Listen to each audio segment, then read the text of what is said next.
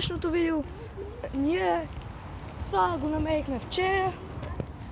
Това е изоставена къща или изоставен ресторан. Това не е новата база. Ние си имаме една база. Мога да ви кача видеото, което заснех само лично, но мога да го кача и в YouTube. Но тук между другото има шанс да пропаднем. Но ние се изкламе живота. Виктор, това ти ли го махна?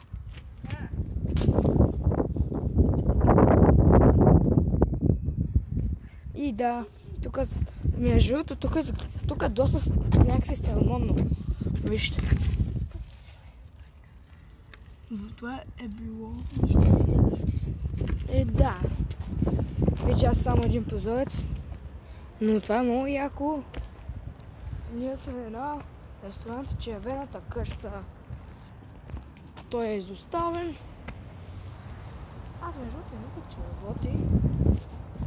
Но той явно е изоставен. Иначе е яко. Ако изключим факта, че по всяко време можем да пропаднем. Особено тук. Тук имам чувство, че ходя на въздух. Живота ми ходи на конец.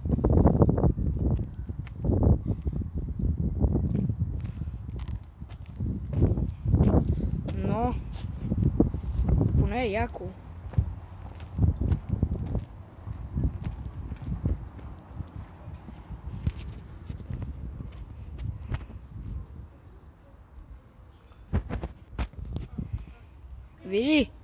Вили, ще идваш ли?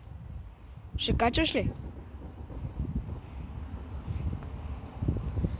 Но това е яко между другото. Натам е пазар изток. Пазар Ситняково, аз пък изток.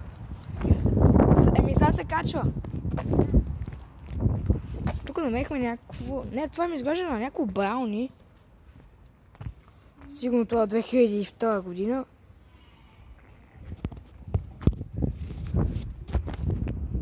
Но иначе е яко, сега няма какво много да покажем.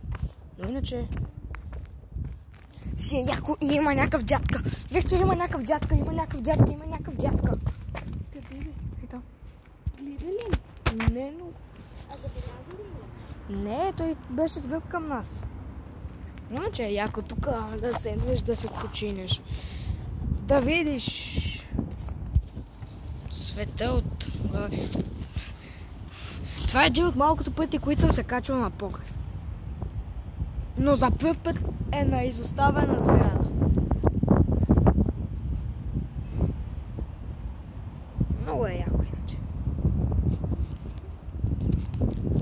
Ще има и по-дълги видеа през Великден, когато идваме тук, ако идваме.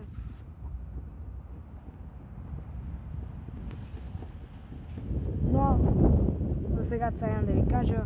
Чао!